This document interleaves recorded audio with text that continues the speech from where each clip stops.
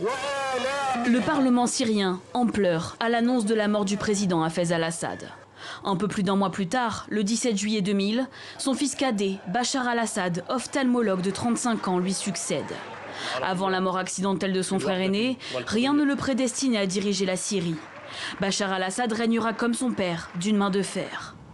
20 ans plus tard, dans une Syrie ravagée par la guerre et abîmée par la plus grave crise économique jamais connue, les électeurs s'apprêtent à élire leurs députés.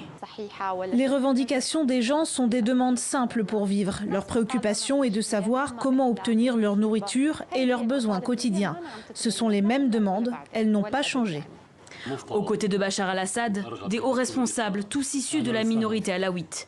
Un fonctionnement clanique qui permet au Assad de ne souffrir d'aucune opposition depuis un demi-siècle. Lorsqu'en 2011 souffle un vent de révolte, Bachar al-Assad réprime violemment. Les Syriens rêvent de démocratie, mais connaissent le chaos.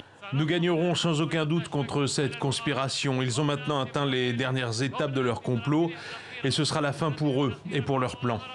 S'ensuivent près de 10 ans de guerre impliquant puissance régionale et internationale. 400 000 morts, des villes détruites et des millions de déplacés et de réfugiés.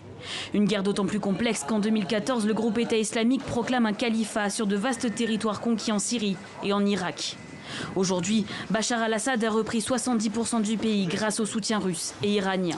Nous sommes pleinement conscients que la libération au nord-ouest ne signifie pas la fin de la guerre, ni l'effondrement des régimes, ni la fin du terrorisme, ni que les ennemis se sont rendus. Mais cela signifie certainement leur mettre le nez dans la boue, comme prélude à leur défaite complète, tôt ou tard. Grâce à ses soutiens, Bachar al-Assad s'apprête à briguer un nouveau mandat en 2021.